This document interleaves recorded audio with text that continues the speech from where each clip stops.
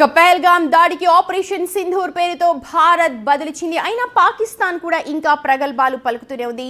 పాక్లోని కోట్లీ, మురిడ్కే, బావల్పూర్, ముజఫరాబాద్ ప్రాంతాల్లో భారత్ దాడి చేసిందని Pak DG ISPR lieutenant general Ahmed Sharif Chaudhry ప్రకటించారు. ఈ దాడిలో ఇప్పటికే 3 చనిపోయారని, 12 మందికి గాయాలయ్యాయని చెప్పుకొస్తోంది పాక్ ఆర్మీ.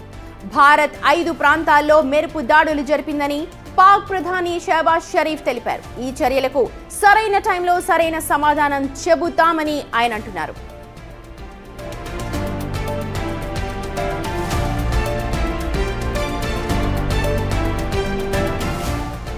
అయితే పాక్ సైన్యానికి దేశ ప్రజలంతా అండగా ఉంటారని ఆయన చెప్పుకొస్తున్నారు. శత్రు దేశాన్ని ఎలా ఎదుర్కోవాలో పాకిస్తాన్ ఆర్మీకి తెలుసు అంటూ ట్వీట్ కూడా చేశారు. అంతేకాదు పాక్ పై భారత్ యుద్ధానికి దిగినట్టుగానే భావిస్తున్నామన్నారు Sharif.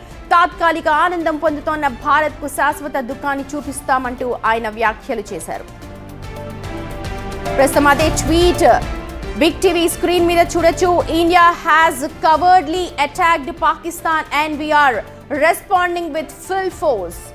Our morale is high, our forces are ready and the enemy will never achieve its goal. Pakistan prevails అంటూ ఆయన ట్వీట్లో రాసుకొచ్చారు.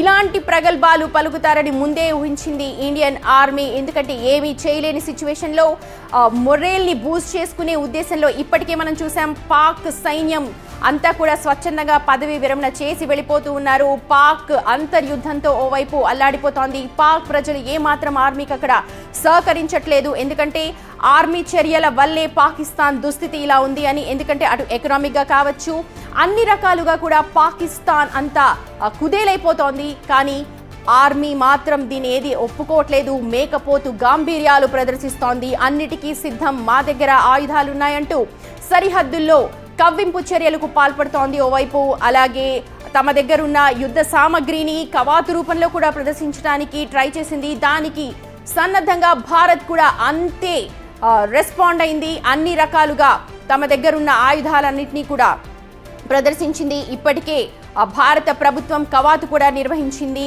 నిన్న స్వదేశీ పరిజ్ఞానంతో రూపొందించిన జల అండర్ గ్రౌండ్ మెరైన్స్ ని కూడా మనం స్వదేశీయంగా రూపొందించుకున్నాం. వాటిని కూడా పరీక్షించుకున్నాం. సో ఇవన్నీ కూడా భారత్కు కంటి మీద కునుకు లేకుండా చేయడానికి అటు పాక్ చూడాలని చెప్తోంది. కానీ పాక్ ఏవైతే చర్యలకు పాల్పడుతుందో వాటన్నిటినీ సమర్థవంతంగా తిప్పికొడుతూ పాక్కు నిద్రలేని రాత్రులు చూపిస్తోంది భారత సైన్యం. అలాగే ప్రధాని మోదీ కూడా ఈ 14-15 రోజుల పాటు కూడా నిరంతరం నిద్రపోకుండా పాక్ దెబ్బతీయడానికి, పాక్ని ఏ విధంగా అంటే ఎకనామిక్గా ఓవైపు ఆల్రెడీ కుదేలైపోయిన పాకిస్తాన్కు అలాగే సింధు జలాలను ఆపేశారు. ఎందుకంటే దాదాపు 80% నదీ జలాలు వాళ్లకు వెళ్తూ ఉంటాయి. అగ్రికల్చర్ కావచ్చు, అంటే వ్యవసాయం కావచ్చు, తాగునీటి అవసరాలను తీరుస్తూ ఉంటాం. వెంటనే దాడి జరిగిన వెంటనే సింధు జలాలను ఆపేశాం. ఆ తర్వాత యుద్ధ ప్రాతిపదికన తగిన చర్యలు తీసుకుంటూ వచ్చారు ప్రధాని మోదీ. ఇవాళ తెల్లవారుజామున 2 గంటలకు ఆపరేషన్ సింధూర్ పేరుతో పాక్ ఉగ్ర స్థావరాలపై మెరుపు దాడులు చేశారు. దీంతో కోలుకోలేని దెబ్బ పడింది పాకిస్తాన్ పైన. ఈ నేపథ్యంలో పాక్ ప్రైమ్ మినిస్టర్ షహబాజ్ షరీఫ్ ఒక ట్వీట్ చేశారు. మేకపోతు గాంభీర్యాలు ప్రదర్శిస్తూ ఉన్నారు, మేము ఎదుర్కొంటామంటూ ఉన్నారు, పాక్ ప్రివైల్స్ అంటూ ఓ ట్వీట్లో చెప్పుకొచ్చారు. కానీ నిజంగా కనుక ఇది కేవలం సముద్రంలో ఒక నీటి బిందువు మాత్రమే భారత్ చేసిన ఒక అటాక్. ఒకవేళ నిజంగానే యుద్ధం కనుక మొదలెడితే పాకిస్తాన్ నిలబడగలుగుతుందా? పాకిస్తాన్ అసలు ప్రివైల్ అవుతుందా అన్నది కూడా ఒక పెద్ద క్వశ్చన్. వాళ్ళందరూ కూడా ఆలోచించుకోవాలి. భారత సైన్యం చాలా సమయం పాటించింది. ఇన్నేళ్లుగా ఏళ్ల తరబడి పాకిస్తాన్ని భరిస్తూ వస్తోంది. కానీ ఇకపై అది కుదరదు. ఎస్, నో అంటే నో అంటూ భారత సైన్యం ఇప్పుడు చర్యలకు దిగింది. ఇది కేవలం ఒక శాంపిల్ మాత్రమే. ఇలాంటి దాడులు ఇంకా ఉండొచ్చు అని చెప్పి కొంతమంది ఊహించుకుంటున్నారు. కానీ ప్రధాని మోదీ మాత్రం దీనిపైన ఇప్పటివరకు ఎటువంటి అఫీషియల్ ఇది కాకపోయినా ఆయన నిశితంగా మాత్రం గమనిస్తూ ఉన్నారు. పాక్ ఆర్మీ కూడా ట్విట్టర్లో ఒక పోస్ట్ చేసింది. We find you, we target you అని చెప్పి మనం చూసాము ఆ వీడియోని కూడా. అది రిలీజ్ చేసిన కొన్ని గంటల్లోనే పాక్ పై దాడి జరిపాము. ఆపరేషన్ సింధూర్ పేరుతో చేపట్టిన ఈ మొత్తం దాడి కూడా సక్సెస్ అయింది. సో ఇది తట్టుకోలేని పాకిస్తాన్ ఇప్పుడు ట్వీట్ల ద్వారా అనవసరమైన మేకపోతు గాంభీర్యాలు ప్రదర్శిస్తోంది. ఈ నేపథ్యంలోనే ట్వీట్లు పెడుతూ ఉన్నారు. పాకిస్తాన్ ప్రజలు భయపడొద్దు అంటూ వాళ్లకు వాళ్ళు సపోర్ట్ చేసుకుంటున్నారు. ఏదేమైనా పాకిస్తాన్ విషయాల ఉంచితే భారత ప్రజలు మాత్రం చాలా ఆనందంగా ఉన్నారు. చాలా మంది ఇప్పటికే భారతదేశంలోని వివిధ ప్రాంతాల నుంచి ప్రతి ఒక్కరు కూడా భారత్ మాతాకి జై, జై హింద్ ఆర్మీ అంటూ త్రివిధ దళాలకు సెల్యూట్ చేస్తూ ఉన్నారు. ప్రముఖులందరూ కూడా పోస్టులు చేస్తూ ఉన్నారు. భారత ప్రభుత్వానికి ఇక్కడ పార్టీలకు అతీతంగా ప్రతి ఒక్కరూ కూడా త్రివిధ దళాలకు భారత ప్రభుత్వం చేపడుతున్న అన్ని చర్యలకు, శత్రు దేశాలని తుదముట్టించడానికి చేపడుతున్న అన్ని చర్యలకు కూడా పూర్తిగా సంపూర్ణ మద్దతు ఇస్తూ ఉన్నాయి. ఆ విధంగా ట్వీట్లు మొత్తం కూడా వెల్లువెత్తుతూ ఉన్నాయి. భారత్ ఎప్పుడు దాడి చేసినా తమకు ఎలాంటి నష్టం జరగలేదు అని చెప్పడానికి ఇది పాకిస్తాన్ ఒక స్టైల్ అని మనం చెప్పుకోవాలి. ఏదైతే ప్రైమ్ మినిస్టర్ ఇందాక మనకు ట్వీట్ చేశారో ఆ ట్వీట్ని మనం కనుక అర్థం చేసుకుంటే అది వాళ్ళు సర్ది చెప్పుకునే ప్రయత్నం. ఇక సర్జికల్ స్ట్రైక్స్ చేసినప్పుడు కూడా గతంలో మనం పుల్వామా దాడికి కౌంటర్ అటాక్ చేసినప్పుడు కూడా ప్రాణ నష్టం జరగలేదు అని అప్పుడు ప్రకటించింది. ఎందుకంటే నిజంగా జరిగింది అక్కడ, కానీ చెప్పుకుంటే తమ పరువు పోతుంది, తమ సిగ్గుపోతుంది అని పాకిస్తాన్ బయట పడలేదు. కానీ ఇప్పుడు మాత్రం 3 చనిపోయారు అని చెప్తోంది. అలాగే 12 మంది గాయపడ్డారు అని చెప్పి కూడా స్వయంగా ప్రకటించింది. అంటే పాకిస్తాన్కు నిజంగా ఇక్కడ తీవ్రంగా నష్టం జరిగి ఉండవచ్చు. ఎందుకంటే పాకిస్తాన్ నిజంగా ఎప్పుడు కూడా నిజం చెప్పదు. ఒకవేళ 10% జరిగింది అంటే మనం అక్కడ నష్టం 10x10 అంటే 1000% నష్టం జరిగింది అనుకోవాలి. ఎందుకంటే 3 చనిపోయారంటే అక్కడ ఎక్కువ మందే చనిపోయి ఉండొచ్చు, 12 మంది గాయపడ్డారు అంటే ఎక్కువ శాతం గాయపడి ఉండొచ్చు. ఇది వాళ్ళ పాకిస్తాన్ జనరల్ బుద్ధి గురించి మనం మాట్లాడుకుంటున్నాం. ఏమీ జరగలేదంటేనే చాలా నష్టం జరిగింది వాళ్ళకి. కానీ ఇక్కడ ఇవాళ మాకు నష్టం జరిగింది అని డైరెక్ట్గా బయటకు వచ్చి చెప్తుంది అంటే నష్టం చాలా తీవ్ర స్థాయిలో ఉంది అని మనం అర్థం చేసుకోవాలి. ఇక్కడ 2 దేశాల మధ్య ఉద్రిక్తతలు నెలకొనడంతో ఇప్పుడు పాక్ అప్రమత్తమైనట్టే మనకు తెలుస్తోంది. సరిహద్దులకు ఇప్పటికే పెద్ద ఎత్తున సైన్యాన్ని కూడా తరలిస్తోంది. బలూచిస్తాన్లో ఉన్న సైన్యాన్ని కూడా భారత్ సరిహద్దుకు తరలించినట్టుగా మనకు సమాచారం ఉంది.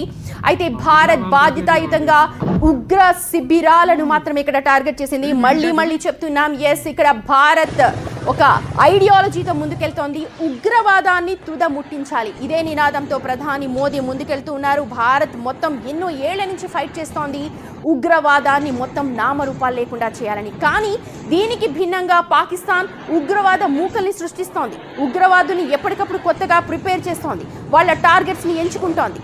సో మనం ముందు నుంచి ఫైట్ చేస్తున్నాం. ఇవాళ ప్రపంచ దేశాలన్నీ కూడా దాన్ని ఎక్నాలెడ్జ్ చేస్తూ ఉన్నాయి, దాన్ని ఎన్లైటన్ చేస్తూ ఉన్నాయి. ప్రతి ఒక్కరు కూడా భారత్కు సపోర్ట్ చేస్తూ ఉన్నారు. ఎందుకంటే 9/11 దాడి కావచ్చు, ఇతర దేశాల్లో జరిగిన దాడులు కావచ్చు, వాటన్నిటికీ కూడా ఐఎస్ఐ కావచ్చు, లష్కరే తోయిబా కావచ్చు, ఈ ఉగ్రవాద సంస్థలతో పురుడు పోసుకున్న ఇంకొన్ని సంస్థలు దాడులు జరిపాయి. సో మొత్తానికే ఉగ్రవాదం అన్నది ఇప్పుడు కేవలం భారత్ను వెంటాడుతున్న సమస్య కాదు, మొత్తం గ్లోబ్ని వెంటాడుతున్న సమస్య. ఇది ఒక గ్లోబల్ సమస్యగా అన్ని దేశాలు కూడా చూస్తున్నాయి. అందుకే ఇప్పుడు భారత్కు ఇంత సంపూర్ణ మద్దతు లభిస్తోంది. ఇప్పుడు శత్రు దేశానికి గట్టిగా బదులిచ్చింది భారతదేశం. ఇకపై కన్నెత్తి చూడాలన్నా సరే భయపడాలి పాకిస్తాన్. ఎందుకంటే ఇప్పుడు పాకిస్తాన్కు జరిగిన నష్టం ఏ పాటిదో మనకు ఇవాళ రేపట్లో తెలుస్తుంది. ఎందుకంటే దాడి జరిగిన కొన్ని గంటల్లోనే మాకు నష్టం జరిగింది, మా వాళ్ళు గాయపడ్డారు అంటూ స్వయంగా బయటకు వచ్చింది. అంటే నష్టం ఏ మేర ఉంటుందో మనం అర్థం చేసుకోవచ్చు. 1కి 10 100 నష్టం ఉన్నా మనం ఆశ్చర్యపోనవసరం లేదు. ఎందుకంటే అవన్నీ కూడా ఉగ్రవాద సంస్థలు, మనం పెద్దగా వాటిపైన జాలి పడాల్సిన అవసరం కూడా లేదు. కానీ పాకిస్తాన్ కుళ్ళుబుద్ధి, కుట్రబుద్ధి ఇక్కడ మన అమాయక ప్రజలను టార్గెట్ చేసి దాడిలో టూరిస్టులను చంపేశాయి. ఇది మాత్రం మనం ఎప్పటికీ కూడా క్షమించలేము. ఆ నెత్తుటి మరక ఇప్పుడు అలాగే ఉండిపోయింది. ఇందులో భాగంగానే ఇందాక మనం చెప్పుకున్నట్టుగా ఆపరేషన్ సింధూర్ పేరు పెట్టడానికి కూడా ఇదే ఒక రీజన్గా మనం చెప్పుకోవాలి. ఎందుకంటే జమ్మూ కాశ్మీర్ భారతదేశానికి ఒక తలమానికం. భారతమాత నుదుటిగా మనం భావిస్తూ ఉంటాం. ఆ నుదుటి మీద రక్తాన్ని చిందించాయి టెర్రరిస్ట్ మూకలు.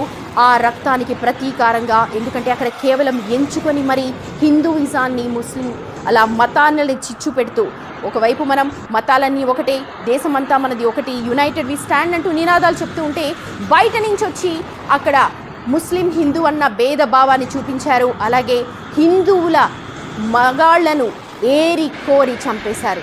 అక్కడ ఒక మహిళ ఆ రోజు మనం విన్నాం, ఆ వీడియోలు ఇప్పటికీ కూడా మన కళ్ళ ముందు కనిపిస్తూ ఉన్నాయి. ఎన్ని రోజులైనా సరే నన్ను చంపేయండి అంటూ ఒక మహిళ అనింది. కానీ ఆమెను చంపలేదు. వెళ్ళి మీ ప్రభుత్వానికి చెప్పుకో, వెళ్ళి మీ మోడీకి చెప్పుకో అని చెప్పి అన్నారు.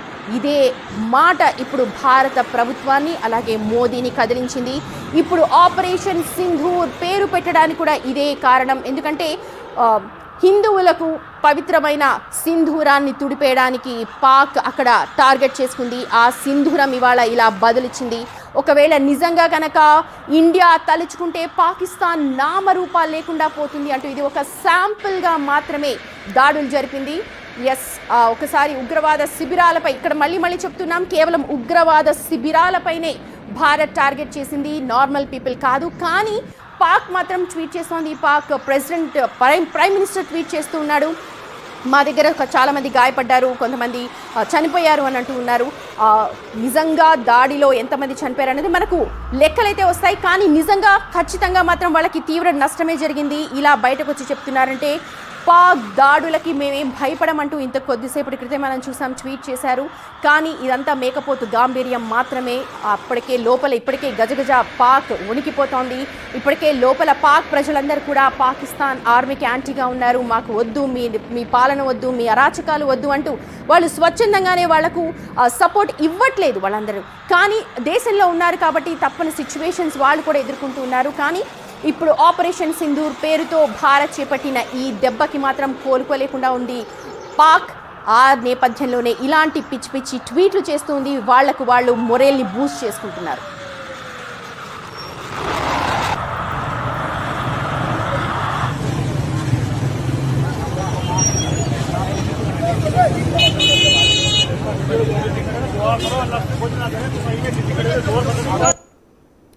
రైట్, ప్రస్తుతం మనకు విజువల్స్ కొన్ని అందుతూ ఉన్నాయి పాకిస్తాన్ నుంచి. ఇవి విజువల్స్ ఎందుకంటే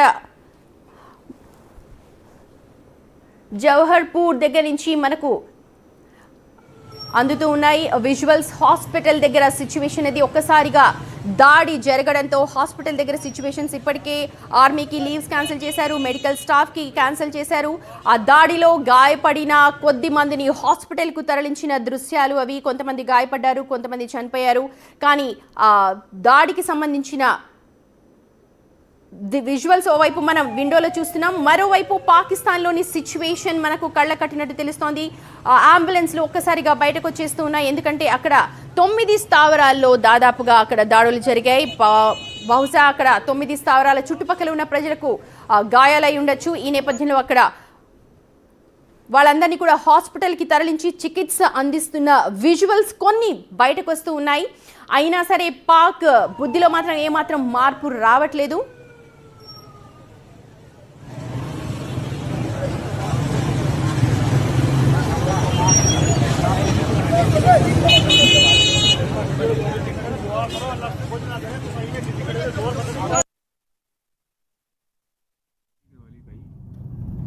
हाँ देखना वाम कैसी आ रही है वहां से।